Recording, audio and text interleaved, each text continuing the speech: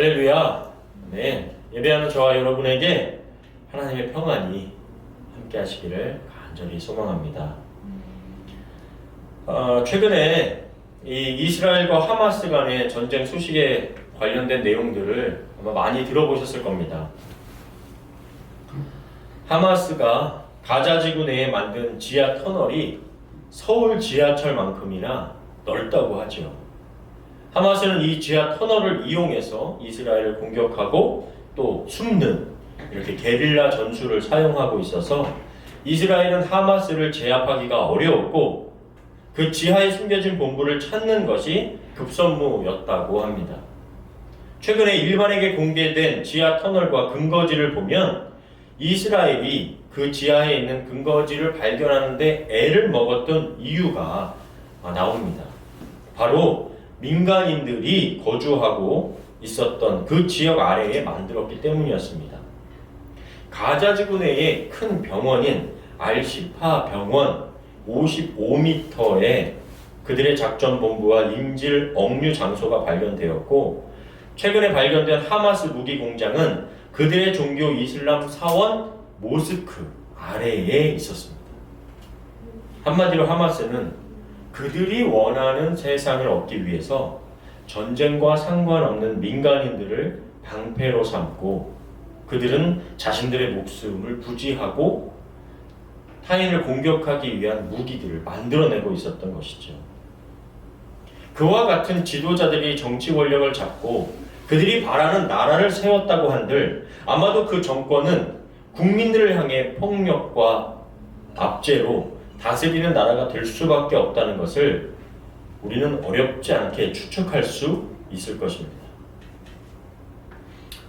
저는 계속해서 말씀드렸지만 이스라엘이나 하마스 누가 이기고 지는 것, 전쟁이 합당하다는 것을 말씀드리려는 건 아닙니다. 이미 대한민국도 이 군부 쿠데타를 통해서 독재 정권을 경험한 것을 미루어 보아서도 알 수 있고, 또한 많은 역사의 전례들을 통해서도 폭력을 통해 얻은 권력은 그 폭력을 또다시 자신의 국민들을 향한다는 것을 우리는 너무나 잘 알고 있죠. 이렇게 한 나라가 세워지고 운영이 될 때에도 건강한 국민들의 의식과 국가 이념이 바르게 되지 않으면 피해 전쟁을 통해 나라를 얻었다 하더라도 모래 위에 지어진 집처럼 불안할 수밖에 없다는 것입니다. 특별히 종교적인 이념을 가지고 세워진 나라들은 더 위험합니다. 왜냐하면 특정 지도자와 몇 사람들이 받았다라고 주장하는 왜곡되고 위험한 신의 뜻을 설파하며 백성들을 종교적인 율법으로 억압할 수 있기 때문이죠. 마치 하마스처럼 이슬람 극단주의자들은 이 꾸란이라고 하는 그들의 경전에 따라 목숨까지도 바치며 행동을 합니다. 특별히 최근 전쟁이 벌어지고 있는 이 비슷한 지역에서 나타난 이슬람과 기독교는 어떤 차이가 있을까요? 한번 크게 두 가지 부분에 큰 차이를 짚고 넘어갈까 합니다. 첫째는 구원론입니다. 이슬람의 구원은 행위 구원입니다. 알라가 심판날에 인간의 모든 행위를 저울에 달아서 계산하여 구원을 결정합니다. 알라는 선행을 사랑하며 이에 영원한 상을 약속한다고 말합니다. 그런데 그 선행에 있어서 조금 다른 부분이 있습니다. 우리가 생각하는 선행에서 끝나는 게 아닙니다.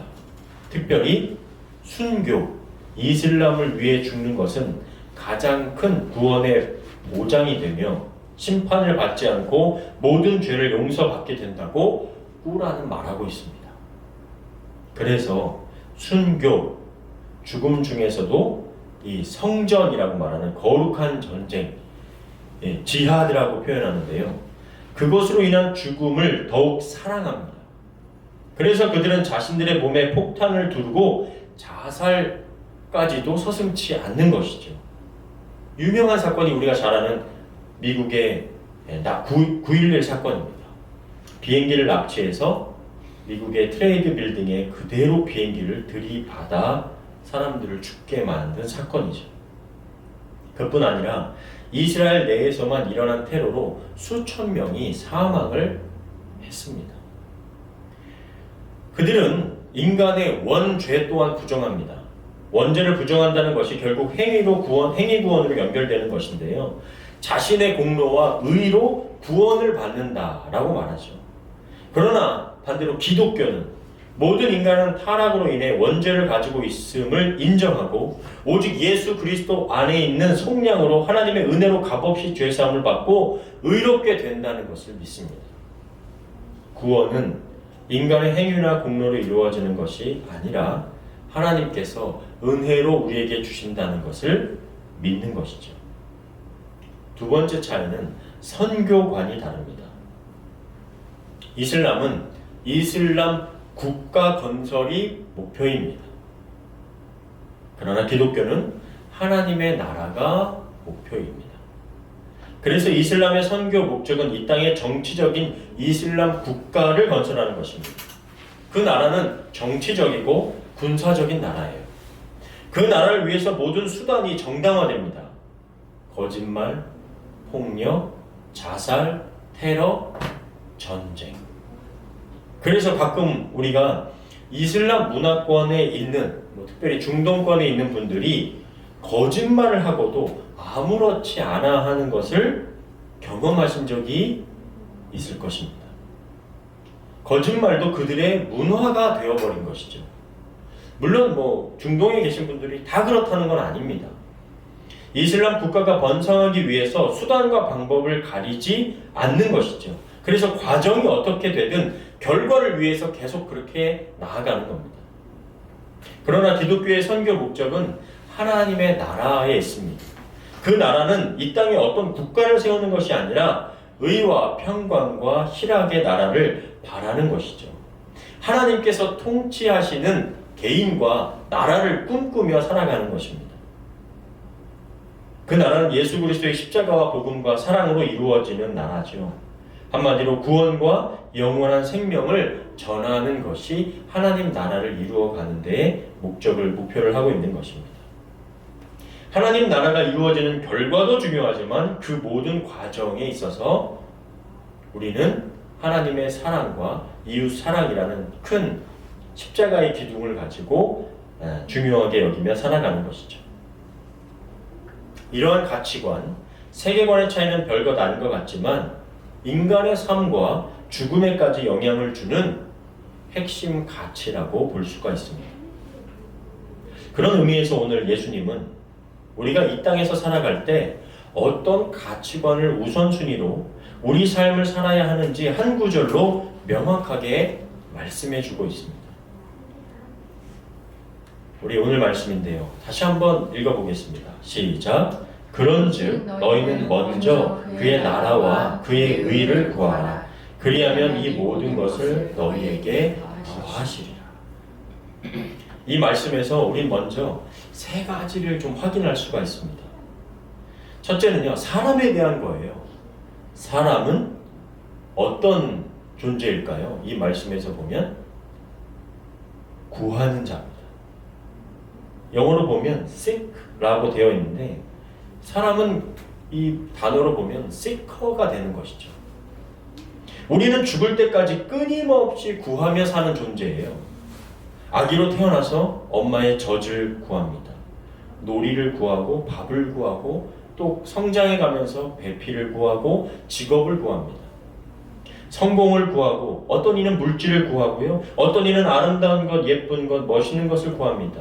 어떤 이는요 기술과 권력과 힘을 구합니다. 누군가는 자유와 진리를 구하기도 합니다. 죽기 전에는 조금의 생명을 더 구하기도 하죠. 이것을 한마디로 인간은 성취의 욕구가 있다고 말하기도 하고 야망의 존재라고 말하기도 합니다. 그래서 우리는 끊임없이 구하는 자입니다. 두 번째로 너무나 감사하게도 이 한 구절 안에서 구하는 자인 우리가 구해야 하는 것을 분명하게 알려주십니다. 방금 말씀드린 많은 사람들이 구하는 것이 아닌 그의 나라와 그의 의를 구하라 라고 말씀해 주시고 있어요. 더불어 세 번째로 그의 나라와 그의 의를 구하는데 그것이 먼저여야 한다고 말씀하고 있습니다. 영어로 보면 뭐라고 되어 있죠? First. 첫째로 구할 것이 바로 그의 나라와 그의 의라는 거예요. 생명이 다할 때까지 끊임없이 구하는 인간에게 구해야 하는 우선순위가 있는데 그것이 바로 그의 나라와 그의 의라는 겁니다. 이 말씀을 좀 더 자세히 보시면 우리 개역개정 성경에서 33절 말씀이 어떻게 시작되죠? 그런즉이라고 시작됩니다. 근데 영어 성경에 보면 어떻게 시작되죠? but으로 시작됩니다. 그러니까 이 33절 앞에 내용이 있는데 그 앞에 내용을 설명하시고 그러나 너희는 먼저 구하라 이렇게 해석이 돼야 되는 것이죠. 우리는 인생 속에서 구하는 자로 이 시커로 살아가는데 여러 가지 구하는 것들이 있다. 그러나 너희는 먼저 그의 나라와 그의 의를 구하라 라는 겁니다. 그런데 이렇게 들으면 우리가 정말 그렇게 구하며 살 수 있냐라고 반문이 들고 의심이 듭니다. 어떻게 그의 나라와 그의 의를 먼저 구할 수가 있지? 그래서 말씀을 끝까지 보면 그렇게 구하면 앞에 구하는 모든 것은 채워질 것이고 더하여질 것이고 다른 번역에 보면 덤으로 얻게 될 것이라고 말씀하고 있습니다. 그럼 앞에 말씀하신 우리가 구하는 것들이 무엇이었을까요? 앞에 먼저 구하는 것들 그거 먼저 구하지 말고 이건 먼저 구해 라고 하시는 것들인데요. 마태복음 6장 31절 32절입니다. 우리 한번 같이 읽겠습니다. 시작. 그러므로 염려하여 이르기를 무엇을 먹을까 무엇을 마실까 무엇을 입을까 하지 말라. 이는 다 이방인들이 구하는 것이라. 너희 하늘 아버지께서 이 모든 것이 너희에게 있어야 할 줄을 아시느니라. 아멘. 우리가 먹지도 마시지도 입지도 못할까봐 염려하면서 그렇게 되지도 않을 일을 걱정하면서 앞으로 무엇을 먹을까, 무엇을 마실까, 무엇을 입을까 하지 말라는 거예요. 그리고 너희는 구할 때 먼저 그의 나라와 그의 의를 먼저 구하라는 거예요. 이것은 단순히 그렇게 기도만 하라는 말씀이 아니라 우리의 인생이 그의 나라와 그의 의를 구하는 삶의 방향으로 살아내라는 거예요. 주님은 구하며 사는 사람들에게 두 가지 주의를 주고 있습니다. 한 가지는 염려하는 거예요. 여러분 한 주간 되돌아보시면 우리가 어떤 일을 구하기 전에 믿음과 감사로 시작하였습니까? 아니면 이게 이렇게 되어야 하는데 이건 저렇게 되면 안 되는데 하면서 걱정과 염려와 근심으로 구하는 것이 시작되셨습니까? 대부분은 걱정과 염려로 시작이 되었죠. 그리고 내가 해결할 수 없을 것 같으니까 그때가 돼서야 하나님이 생각나고 기도하게 된 것 아닌가요? 다시 말해 걱정에 내가 삼켜지고 난 다음에서야 하나님께 구하더라는 겁니다. 주님은 그것이 하늘 아버지가 없는 이방인들이나 하는 것이라고 말씀해 주시는 거예요. 그것이 그의 나라와 그의 의를 구함으로 내 앞에 문제들이 해결되는 것을 경험하지 못하고 먹고 입고 마시는 것을 구함으로 늘 염려로 사는 이방인과 같은 삶이라고 설명해 주시는 겁니다. 며칠 전 제가 세계 노예 문제와 인신매매 문제를 해결하기 위해서 애쓰고 있는 IJM 민준호 대표의 이야기를 좀 듣게 되었습니다. 그 다니엘 기도회라는 그런 한국에서 하고 있는 기도회 가운데 나오셨던 대표였어요. 세상에 아직도 노예로 사는 사람이 있냐 하시겠지만 인류 역사 이래로 노예와 인신매매는 사라지지 않고 있다고 합니다. 그 가운데 노예 생활을 하다가 이 IJM 단체에 의해서 구출된 생존자들에게 노예 생활 가운데 가장 두려웠던 것이 무엇이었습니까? 라고 물었습니다. 여러분, 노예가 되어서 살면 무엇이 가장 무섭고 두려울까요? 보통 여러분이 생각할 때 뭐가 가장 두려울 것 같으세요? 보통 생각하는 건 그거죠. 자신들을 잡아가둔 그 범죄자들이 자신들을 학대하고 폭력을 행하는 그 사람들이 가장 무서울 것 같지 않습니까? 저도 그런 생각을 했었습니다. 그런데 그들의 대답은 뭐였냐면요. 나 같은 사람이 있다는 것을 아무도 모를 것이라는 것. 나는 잊혀졌다는 것. 그 두려움이 가장 무서웠다고 합니다. 내가 여기서 맞아 죽어도 날 아무도 생각하지 않고 기억하지 못한다는 것. 내 존재 자체가 부정됐다는 것. 그것이 가장 무섭고 두려웠다고 합니다. 이것이 바로 주님이 말씀하신 부모가 없는 고아와 같은 이방인이 하는 염려와 두려움과 걱정입니다. 우리는 풍성하신 아버지가 우리에게 있다는 걸 알고 믿으며 사는 존재인데, 염려하고 걱정한다는 것은 아버지가 없다는 것, 나에게 믿음이 없다는 것을 반증하는 거예요. 두 번째요. 먹고 마시고 입는 것을 염려하지 말라는 뜻은 육체를 위하여 살지 말라는 겁니다. 우리가 육체에 집중하는 가치관으로 살면 노예가 되는 거예요. 짐승이 되어가는 겁니다. 영국의 설교가 마틴 로이드 존스 목사님은 이렇게 말씀합니다. 주님은 인생의 비극은 사람들이 자신들을 마치 육체에 불과한 존재로 생각하며 사는 데서 비롯된다고 말씀하십니다. 사람들은 생각과 주의와 계획을 육체에만 집중시킵니다. 이것이 바로 무엇을 먹을까, 마실까, 입을까의 의미예요. 하나님의 자녀들은 육체의 소욕의 노예가 아니라 하나님의 나라와 그의 의를 구하며 사는 자들이 되어야 하는 겁니다.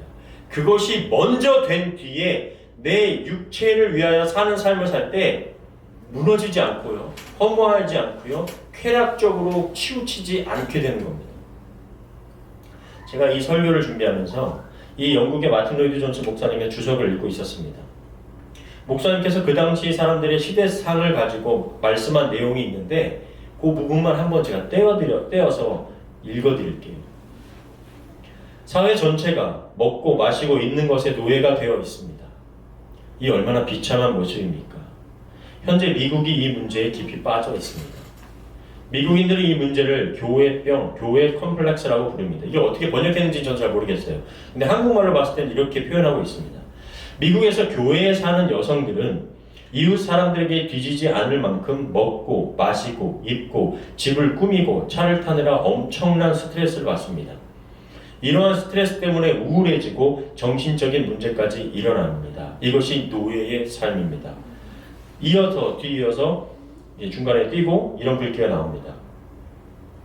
이 시대가 수면제와 신경 안정제의 시대가 되어버린 이유가 여기 있습니다. 제가 알기로 이 시대는 풍성한 시대입니다. 그러나 동시에 근심의 시대이며 긴장의 시대이며 신경쇠약의 시대이며 컴플렉스의 시대입니다.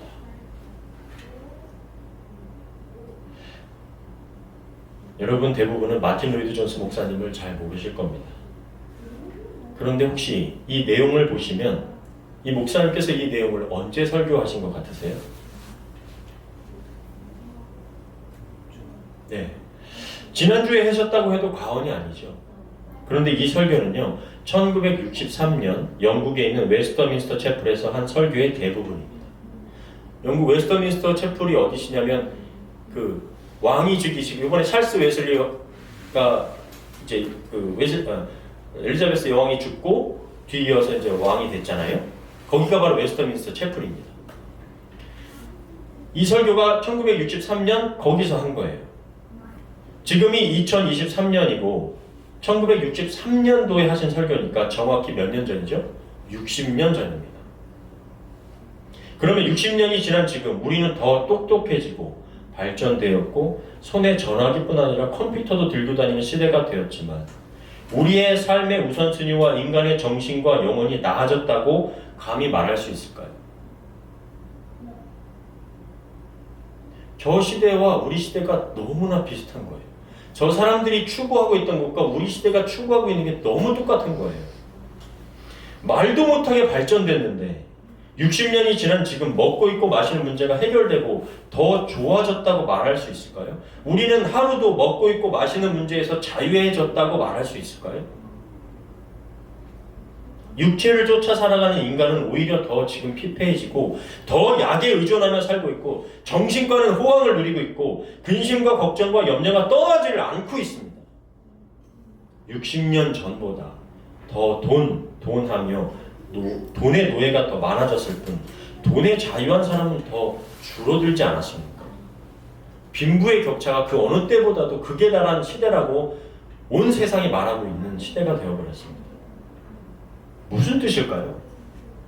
구하는 인생들에게 온전한 삶의 우선순위 문제, 가치관의 문제가 해결되지 않고는 인간은 짐승처럼 육체의 소욕을 따라 사는 무기력한 존재가 될 수밖에 없다는 것을 60년 전이나 지금이나 똑같이 말하고 있는 거예요. 100년이 지나면 나아질까요? 저는 그렇게 보지 않습니다. 그래서 바울은 말하죠. 2000년 전에 바울이 이렇게 말합니다. 육체의 소욕은 성령을 거스르고 성령은 육체를 거스르나니 이 둘이 서로 대적함으로 너희가 원하는 것을 하지 못하게 하려 함이니라. 우리가 하나님의 사람으로서 살려고 하는 것, 원하는 것, 하나님을 위하여 살려고 하는 것을 하지 못하게 육체는 한다는 거예요. 제가 요즘 말씀을 준비하는 목사로서 또 일을 하는 한 노동자로서 깨닫는 것은 어떤 자리에 있든지 무엇을 하든지 더 본질에 가까워지는 것이 굉장히 중요하구나라는 것을 알게 됩니다. 우리 인간의 본질에 더 가까워져야 인간다워질 수 있구나. 일을 하는 노동자로서 사장은 사장다워져야 가까워져야 더 사장의 역할을 잘할 수 있겠구나. 노동자는 노동자로서 더 노동자에 가까워질 때 더 노동자의 모습을 진실에 더 가까워질 수 있겠구나라는 생각을 하는 거예요. 제가 쉬운 예로 여러분들도 지금 창업을 준비하고 계신 분들이니까 카페에서 또 제가 일을 하고 있으니까 그 예를 한번 들어보겠습니다. 여러분 카페의 사장이 되었다고 한번 생각해 보시자고요. 요즘 현실에서 스타벅스나 대형 체인점이 아닌 개인 가게를 오픈하셨어요. 그것도 며칠 전에 열었습니다. 카페를. 당신의 카페가 잘 되려면 우선순위가 뭘까요? 여러 가지를 생각해 볼 수 있겠죠. 로케이션, 카페 지역이 너무 중요하잖아요. 인테리어, 분위기, 마케팅, 물론 여러 가지 이런 요인들이 어우러져야 더 큰 상업적인 효과를 나타낼 것입니다. 그럼에도 당신의 카페가 치열한 시장에서 살아남는 이유가 되고 사람들이 발길이 끊어지지 않고 계속 오려면 무엇이 우선순위가 되어야 될까요? 무엇이 퍼스트가 되어야 될까요? 무엇이 카페의 본질이라고 할 수 있을까요? 뭐죠? 카페를 오픈하셨어요. 카페의 본질이 뭐죠? 커피죠? 그러면 그 카페의 커피라면 퍼스트는 뭐죠? 커피가 맛있어야죠.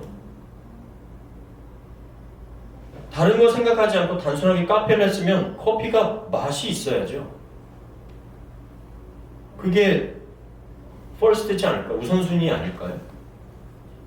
아무리 막 휘황찬란한 인테리어가 되어 있다고 딱 가서 먹어봤는데 특별히 요즘 같은 시대에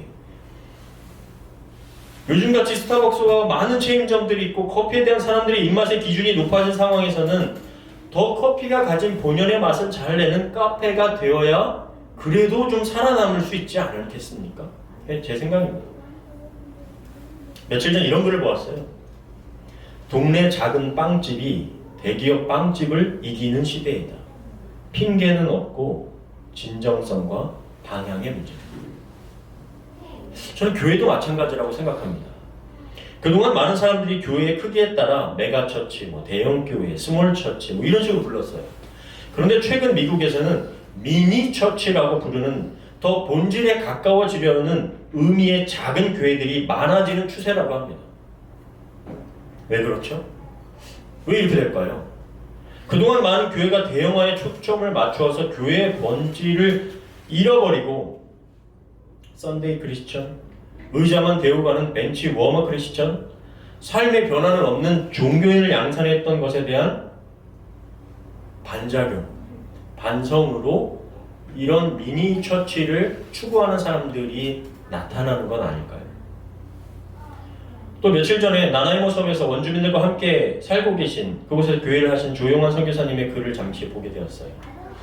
저 영어를 번역해서 본인의 페이스북에 올려놓으셨더라고요.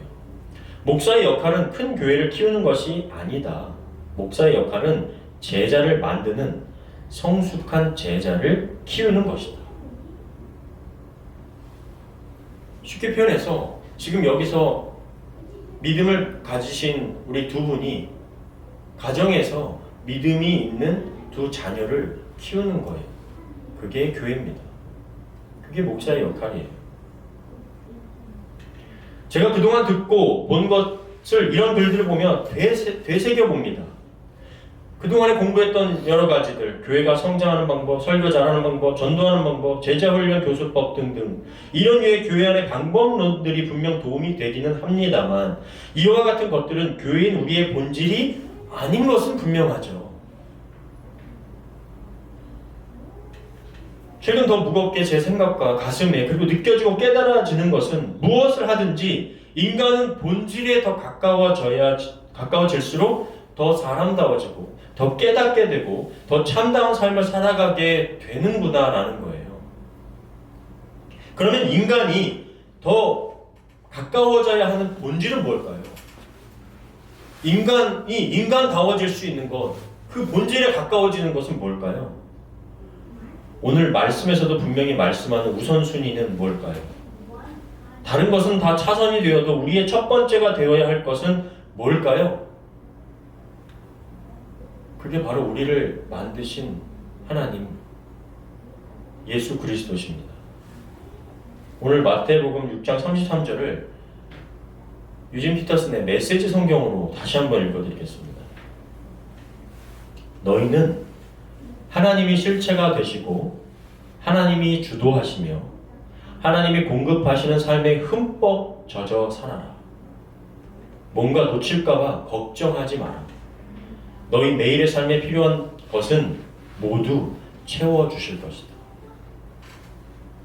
내 삶의 실체가, 즉 본질이, first가 하나님이 되시고 하나님이 주도하시고 하나님이 공급하시는 삶에 한번 빠져봐라.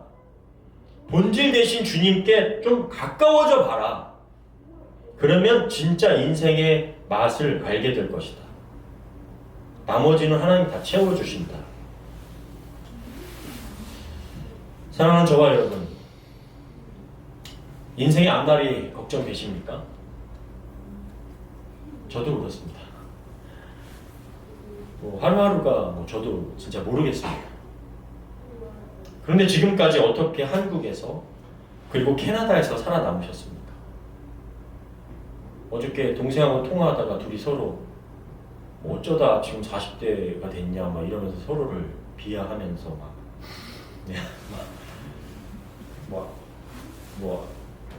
동안이네 어쩌네 서로 막 그런 얘기를 했습니다. 살다 보니 어느새 40대가 됐어요.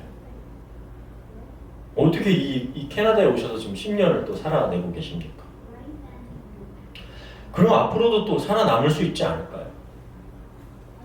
도대체 우리가 기대하는 것은 어떤 미래일까요? 그것을 위해서 어떤 방법과 계획들을 하고 계시죠? 과연 그 계획대로 이루어질 자신은 있으세요? 여러분이 생각한 것이 이루어지면 여러분의 인생은 완벽한 인생이 되시는 겁니까? 아니면 완전하신 하나님께서 실체되시고 주도하시며 공급하시는 삶에 좀 흠뻑 젖어서 살아보는 것은 어떨까요? 인간의 역사를 보니까 참 반복적이고 변하지 않는 것 같아요. 아까 우리 마틴 로이드 존스 목사님 말씀하셨던 것처럼 같은 실수를 계속 반복하면서 미끼를 물었다가 겨우 살아남은 물고기가 3초 만에 다시 잊어버리고 다시 미끼를 물어서 목숨을 잃어버리는 것처럼 우리는 육체의 노예가 되어 바보 같은 역사의 삶을 반복하고 있는 것 같다라는 것이죠. 정말 먼저 그의 나라와 그의 의를 구하면 모든 것을 더하시는 하나님의 명쾌한 정답에 주저없이 한번 믿음으로 도전하며 염려를 하나님 앞에 좀 내려놓으며 사는 건 어떨까요?